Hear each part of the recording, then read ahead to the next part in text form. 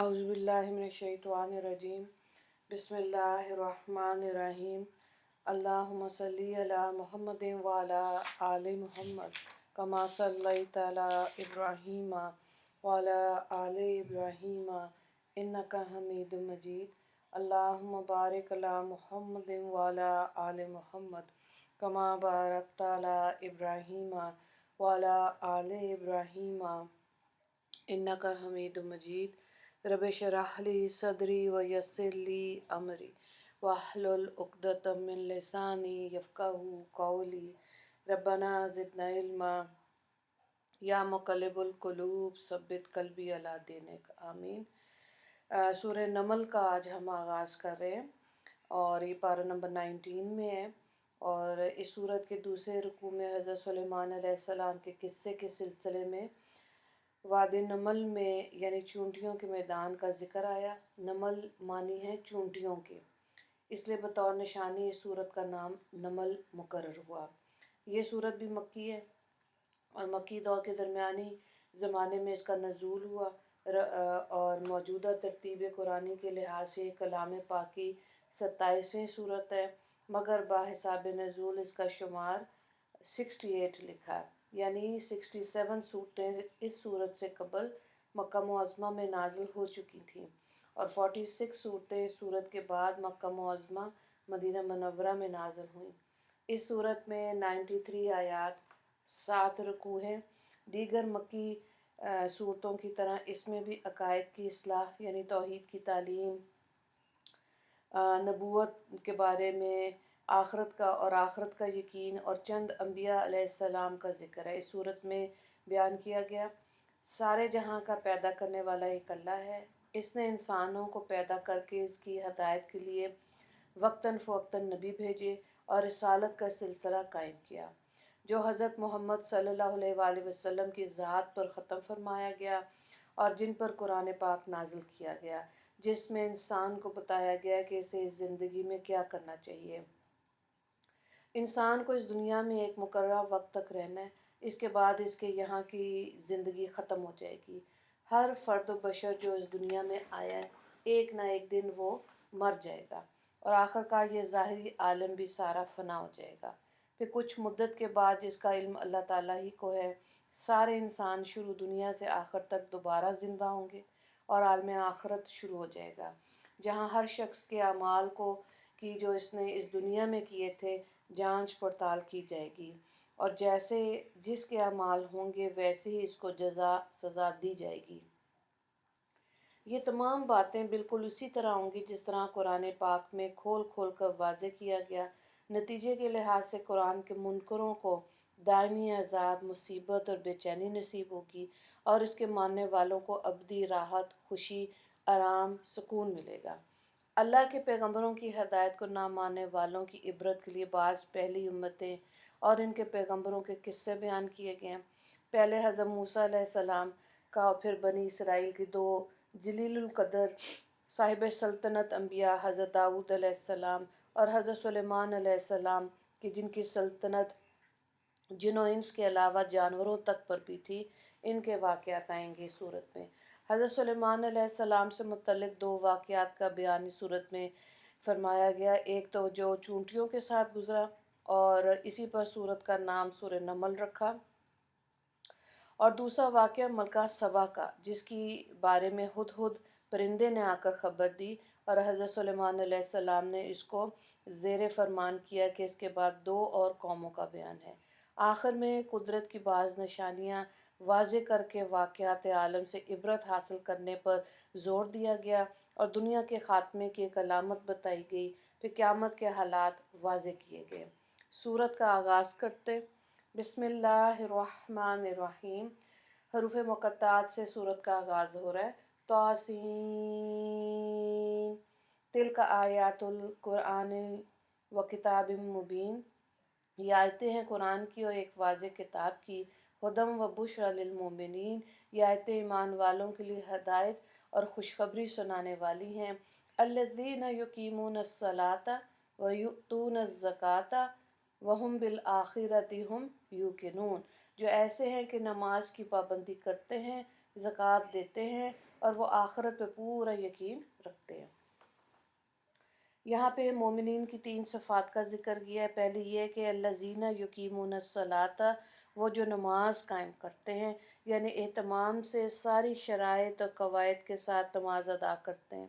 اس سے صاف معلوم ہوا کہ جو نماز ادا نہ کرے وہ پورا کامل مومن ہی نہیں ہے۔ دوسرا وصف جو ہے وہ یہ وَيُؤْتُونَ الزَّكَاةَ، فرمایا جو زکوٰۃ دیا کرتے ہیں۔ زکوٰۃ شروع میں شرع میں جب کہ مال ایک معینہ نصاب سے زائد ہو تو اس میں سے 40واں حصہ اللہ کے نام پر غربا، مساکین، مستحقین کو دینا ہے، اور اس مقررہ لازمی اور فرض زکوٰۃ کے علاوہ ہر ایک قسم کے خیرات اور صدقات بھی زکوٰۃ میں شامل ہے۔ تیسری بات وَهُمْ بِالْآخِرَةِ هُمْ يُوقِنُونَ، فرمائی یعنی روز آخرت پر ان کو کامل یقین ہو اور یہ اعتقاد رکھیں کہ اللہ تعالیٰ کے سامنے جانا ہے، ایک دن حشر ہونا ہے اور تمام اعمال کی باز پرس ہوگی اور ذرہ ذرے کا حساب لیا جائے گا۔ قرآن کریم جن حقیقتوں کو ماننے اور ان پر ایمان لانے اور پورا یقین رکھنے کی پرزور دعوت دیتا ہے، ان میں اللہ تعالیٰ کی ذات اور اس کی صفات یعنی توحید باری تعالیٰ ہے، جس کے بعد آخرت ہی کا مسئلہ ہے۔ تمام انبیاء کرام اور اللہ تعالیٰ کی تمام نازل کی ہوئی کتابوں نے آخرت کو ماننے اور اس پر ایمان لانے اور پورا یقین رکھنے کی دعوت دی ہے، اور چونکہ قرآن کریم اللہ تعالیٰ کی آخری کتاب ہے اور قیامت تک کے لیے دنیا کی رہنمائی کے لیے نازل کی گئی، اس لیے اس میں تو آخرت کے مسئلے پر اس لیے اس میں زور بھی دیا گیا۔ اگلی آیات کو دیکھیں، آیت نمبر 4 سے لے کے 7 تک۔ ان الذین لا یؤمنون بالآخرۃ زینا لہم اعمالہم وہم یعمہون، جو لوگ آخرت پر ایمان نہیں رکھتے ہم نے ان کے اعمال بد ان کی نظر میں مرغوب کر کے رکھے ہیں، سو وہ بھٹکتے پھرتے ہیں۔ اولئک الذین لہم سوء العذاب وہم فی الآخرۃ ہم الاخسرون، یہ وہ لوگ ہیں جن کے لیے سخت عذاب ہونے والا ہے اور وہ لوگ آخرت میں بھی سخت خسارے میں ہیں۔ وَإِنَّكَ لَتُلَقَّى الْقُرْآنَ مِن لَدُنْ حَكِيمٍ عَلِيمٍ، اور آپ کو بالیقین ایک بڑی حکمت والی علم والے کی جانب سے قرآن دیا جا رہا ہے۔ اذ قال موسیٰ لأہلہ انی آنست نارا سآتیکم منہا بخبار او آتیکم بشہاب قبس لعلکم تصطلون، اور آپ کو بالیقین ایک بڑی حکمت والے علم والے کی جانب سے قرآن دیا جا رہا ہے۔ آپ اس وقت کا قصہ یاد کیجئے جب کہ موسیٰ نے اپنے گھر والوں سے کہا کہ میں نے آگ دیکھی ہے، میں ابھی وہاں سے یا تو راستے کی کوئی خبر لاتا ہوں یا تمہارے پاس آگ کا شعلہ کسی لکڑی وغیرہ میں لگا ہوا لاتا ہوں تاکہ تم اس سے گرمی حاصل کرو۔ تو ان آیات میں بتایا گیا کہ جو لوگ آخرت کو نہیں مانتے ان کی نظروں میں جو کچھ ہے بس یہی دنیا ہے، تو وہ اس کی زیب و زینت، عیش و آرام میں ڈوبے رہتے ہیں، اور ان کی ساری کوشش و فکر کا مرکز بس یہی چند روزہ زندگی ہے کہ کس طرح دنیا میں مال و دولت حاصل ہو، عزت اور جاہ بڑھے، اچھا کھائیں پئیں اور موجڑیں، عالیشان مکانوں میں عیش و عشرت سے رہیں۔ تو جو کتاب یا پیغمبر ادھر سے ہٹا کر عاقبت اور آخرت کی طرف توجہ دلائے تو اس کی بات پر کیوں یہ کان نہیں دھرتے؟ یہ تو دنیا کے عیش میں غرق ہو کر ہادیوں پر آوازیں کستے، پیغمبروں پر اور تبلیغ کرنے والوں کو برا بھلا کہتے ہیں، آسمانی کتاب کو پر مذاق اڑاتے ہیں، اور یہی وہ کام ہے جن کو اپنے نزدیک بہت اچھا سمجھ کر برابر گمراہی میں ترقی کرتے جاتے ہیں۔ آگے بتایا کہ ایسے منکرین مکذبین کو اللہ تعالیٰ بھی ڈھیل دے کر چھوڑ دیتے ہیں کہ ان کی برائیاں انہیں اچھی لگتی رہتی ہیں، اور اس طرح وہ اپنی سرکشی گمراہی میں بھٹتے رہتے ہیں۔ انجام ان کا یہ ہوگا کہ آخرت میں انہیں سخت ترین سزائیں ہوں گی، اور قیامت کے دن اہل محشر میں سب سے زیادہ خسارے میں یہی رہیں گے۔ آگے بتایا جاتا ہے جب ان بدبختوں نے قرآن مبین کی قدر نہ پہچانی اور اس کی ہدایت و بشارت سے فائدہ نہ اٹھایا تو آخرت کے یہی لوگ بد نصیب ہوں گے۔ नबी करीम सल्लल्लाहु अलैहि वसल्लम को खिताब हुआ कि ए नबी सल्लल्लाहु अलैहि वसल्लम, आप अल्लाह का शुक्र अदा करें कि इसने अलीम और हलीम की सबसे ज़्यादा अजीम शान किताब यानी कुरान करीम को आपको दिया, जिससे हर वक्त इंसान फ़ायदा हासिल कर सकता है, जिसमें मोमिनीन के लिए बशारतें, मुकज़्ज़बीन को इबरतनाक वाक़यात सुनाए गए ताकि सच्चों का दिल मजबूत और कवी हो और झूठ और बातिल की हमायत करने वाले अपनी बदअंजामी पर मुतला हो जाएं। चुनाचे अपनी एगराज के लिए आगे हज़रत मूसा अलैहिस्सलाम और फ़िरौनियों का किस्सा सुनाया जाता है।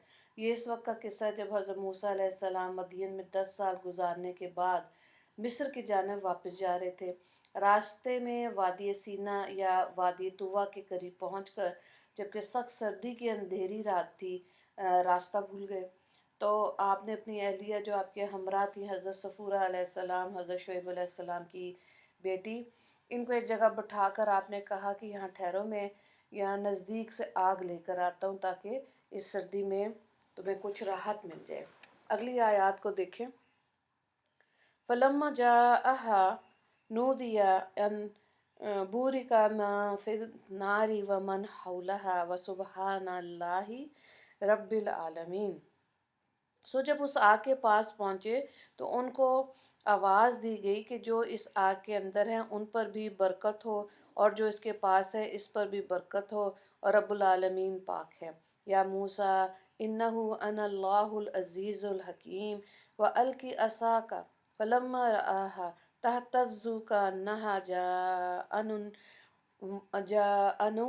वला मुदबिरम वलम युअक्किब या मूसा ला तखफ इन्नी ला युखाफु लदय्य मुरसलून। और ए मूसा, तुम अपना असा ज़मीन पर डाल दो। सो जब उन्होंने उसको उस तरह हरकत करते देखा जैसे सांप हो तो पीठ फेर कर भागे और पीछे मुड़ कर भी नहीं देखा। इरशाद हुआ कि ए मूसा, डरो नहीं, हमारे हजूर में पैगंबर नहीं डरा करते। इल्ला मन ज़लमा सुम्मा बद्दला हुस्नम बाद सूइन व इन्नी गफूरुर रहीम व अदखिल यदाका फ़ी जेबिका तुखरुजु बिज़ाअ मिन गैरि सूइन फ़ी तिस्इ आयातिन इला फ़िरऔन व कौमिही इन्नहुम कानू कौमन फ़ासिकीन। हाँ, मगर जिससे कोई कसूर हो जाए, फिर बुराई हो जाने के बाद बजाय इसके नेक काम कर ले, यानी तौबा कर ले, तो मैं मग़फ़िरत वाला, रहमत वाला हूँ। और तुम अपना हाथ अपने गिरेबान के अंदर ले जाओ, वह बला किसी ऐब के रोशन होकर निकलेगा। ये तो मोजज़ों से है जिनके साथ तुम फ़िरौन और उसकी कौम की तरफ भेजा जाता है, क्योंकि बड़े हद से निकल जाने वाले लोग हैं। फलम्मा जाअतहुम आयातुना मुबसिरतन कालू हाज़ा सिहरुम मुबीन। गर्ज इन लोगों के पास जब हमारे दीवे मोज़े पहुँचे जो नहायत वाज़े थे, वजदू वजदू बिहा वस्तई का नतहा अनफुसुहुम जुल्मम व उलुवन फंजुर कैफ काना आकिबतुल मुफसिदीन। तो वो लोग इन सब को देख कर भी बोले ये सरी जादू है, और जुल्म तकब्बर की राह से इन मोजज़ात के बिल्कुल मुनकर हो गए, हालांकि उनके दिलों ने इनका यकीन कर लिया था। सो देखिए कैसा अंजाम हुआ इन मुफसदों का। इन आयात में बताया जा रहा है कि जब मूसा अलैहिस्सलाम वहाँ पहुँचे तो इस मंज़र को देखकर हैरान रह गए कि एक सरसब्ज़ दरख्त है, इस पर आग जल रही है, शोले तेज़ हो रहे हैं और दरख्त की सरसब्ज़ी और बढ़ रही है। और ऊंची निगाह की तो देखा कि वो नूर आसमान तक पहुँचा हुआ है। मूसा अलैहिस्सलाम समझ गए ये दुनिया की आग नहीं है बल्कि गैबी और नूरानी आग है, जिसके अंदर नूर इलाही ज़ाहिर हो रहा था या इसकी तजल्ली चमक रही थी।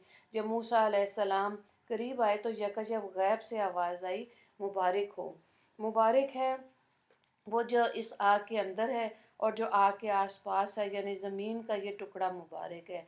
इस आग में जो तजल्ली या नूर है वो भी मुबारक है, और इसके अंदर या इसके आसपास जो बस्तियां हैं, हस्तियां हैं, मसलन फरिश्ते या ख़ुद मूसा अलैहिस्सलाम, वो सब मुबारक हैं। यह गालिबन मूसा अलैहिस्सलाम को मानूस करने के लिए बतौर एज़ाज़ व इकराम के फरमाया। साथ ही ये भी फरमा दिया गया कि अल्लाह जो रब्बुल आलमीन है वो आएँ وہ عالمین ہے، وہ آگ میں نظر آنے سے پاک ہے، یعنی اللہ کی ذات و مکان، اللہ کی صورت، رنگ وغیرہ سب سے پاک۔ آگ میں اس کی تجلی کے یہ معنی نہیں کہ معاذ اللہ اس کی ذات پاک آگ میں حلول کر گئی، وہ تو ہر مماثلت، مشابہت اور حلول اور تجسم سے پاک ہے۔ اس کے بعد ارشاد ہوا کہ اے موسیٰ، اس وقت تم سے کلام کرنے والا ہوں، اللہ زبردست حکمت والا، اور اے موسیٰ تم اپنا عصا زمین پر ڈال دو۔ چنانچہ موسیٰ علیہ السلام نے تعمیل کی اور اپنی لاٹھی کو زمین پر ڈال دیا، تو وہ دیکھتے ہی دیکھتے ایک جیتا جاگتا زبردست اژدہا بن گیا، جسے دیکھ کے حضرت موسیٰ علیہ السلام خوف زدہ ہو گئے، اور پھر اللہ تعالیٰ نے کہا کہ موسیٰ ڈرو نہیں، ہم نے تمہیں پیغمبری عطا فرمائی ہے۔ اور پھر اللہ تعالیٰ نے معجزے عطا کیے حضرت موسیٰ علیہ السلام کو، جس میں نمبر 1 عصائے موسوی کا اژدہا بن جانا، نمبر 2 گریبان میں ہاتھ ڈال کر نکالنے سے روشن ہو کر نکلنا، نمبر 3 دریائے نیل میں طوفان کا آنا اور ان کا وہاں سے خیریت سے نکل جانا، نمبر 3 ٹڈی دل کا بکثرت آنا، 5 فرعونیوں کے لیے جوئیں کی کثرت ہو جانا، اور مینڈکوں کی نمبر 6 مینڈکوں کی ایسی پیداوار کہ ہر چیز برتن میں غیب سے مینڈک ہی مینڈک نظر آتے تھے، نمبر 7 فرعونیوں کے لیے تمام پانی کا خون ہو جانا اور ان کا ایک ایک قطرہ پانی کو ترسنا، نمبر 8 زبردست قحط سالی سے ملکی پیداوار کا تباہ ہو جانا، اور نمبر 9 بحر کلزم کا بنی اسرائیل کے عبور کرنے کے لیے خشک ہو جانا۔ ان میں سے جو چیزیں آئیں اللہ کے حکم سے عذاب آئے، لیکن پھر دعا کے نتیجے میں اللہ نے ان کو شفا دی تھی، لیکن بنی اسرائیل ہمیشہ نعمتوں کا انکار کرتے رہے۔ پھر کفار مکہ کو بھی یہاں پہ تنبیہ دی جا رہی ہے کہ ان حالات سے سبق سیکھو۔ نمبر 1 یہ کہ خدا جس کو نوازنا چاہتا ہے اپنی نبوت سے سرفراز فرماتا ہے، اور نمبر 2 دوسرا یہ بتایا کہ پیغمبر برحق کی مخالفت سے